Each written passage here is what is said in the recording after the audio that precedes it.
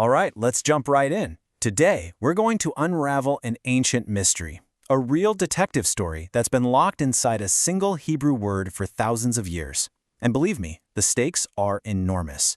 We're talking about implications that could shake a foundational belief of Christianity right to its core. And that really is the central question we're tackling. Is it possible that just one word, translated a certain way for centuries, could actually be a massive mistake? And if it is, what happens to the entire belief system that was built on top of it? Let's find out. So, to get why this one little word is such a huge deal, we've got to go all the way back to the very beginning of the Christian church.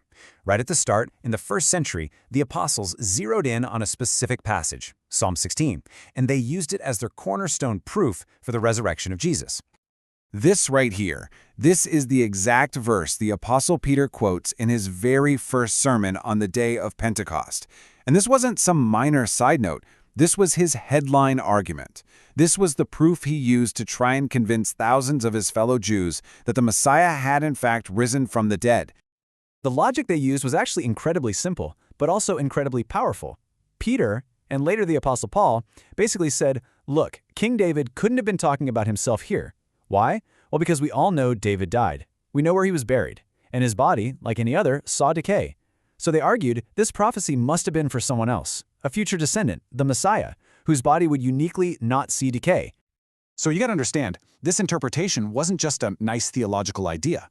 For the early church, it was a primary tool for evangelism. It was the prophetic proof that explained the seemingly impossible, how the Messiah could die but still conquer death. The whole apostolic argument really hinged on this reading of the psalm. But this is where our mystery really begins. That whole prophecy, the entire argument, hangs by a thread on the meaning of one specific Hebrew word. And as it turns out, that word might just have two very, very different meanings. And this is the challenge that biblical scholars started raising centuries later. What if the Greek translation of the Old Testament that the apostles were using, which is called the Septuagint, actually got it wrong? What if the original Hebrew meant something else entirely?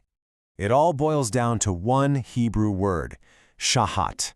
If it means corruption or decay, well, then the apostles' argument is rock solid. But if it means the pit, as in the grave, the meaning changes completely.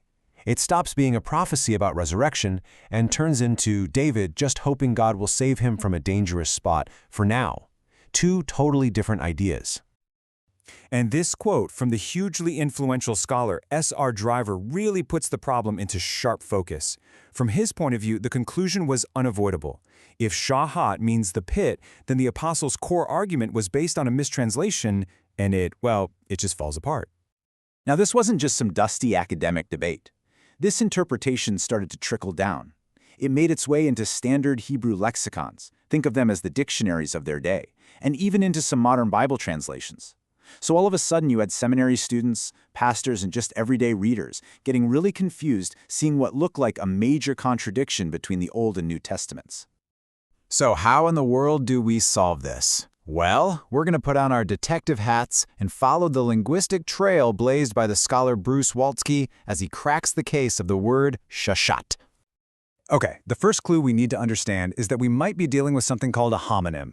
It sounds complicated, but it's not. It's just like the word bat in English. It can mean the flying animal, or it can mean the thing you hit a baseball with. It's possible shalat is actually two different words that just happen to look and sound exactly the same. One means pit, the other means corruption.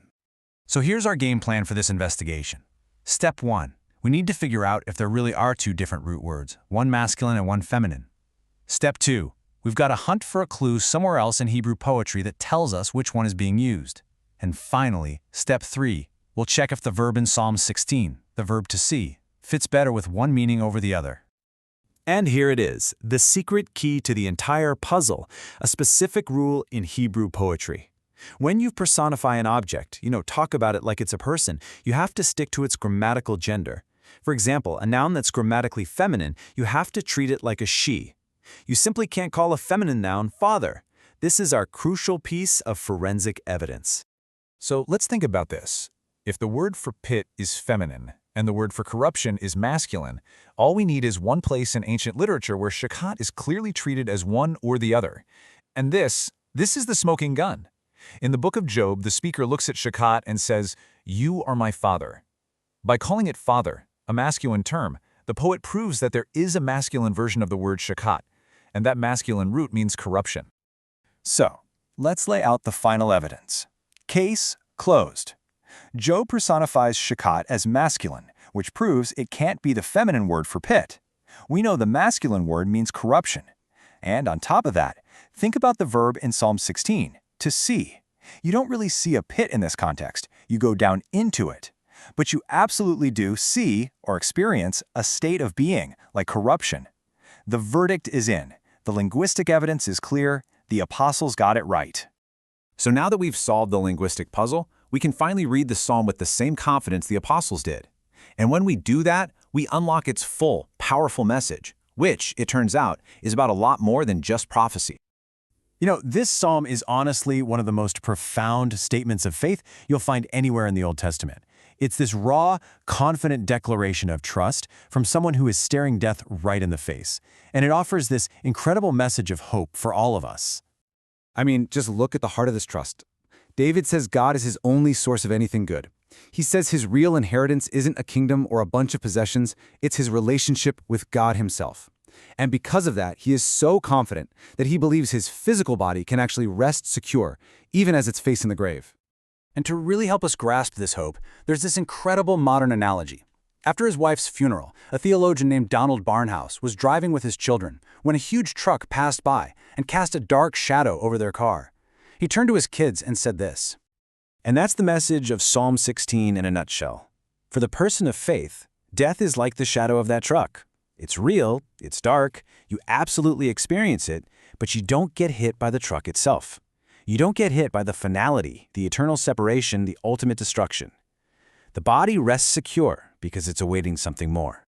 It's pretty amazing when you think about it. This whole journey, from an apostle's first sermon to a modern scholarly debate, all of it hinged on the grammatical gender of a single Hebrew noun. It's a powerful reminder of just how much of our history and even our deepest beliefs can rest on the careful, often invisible work of a translator just trying to get it right.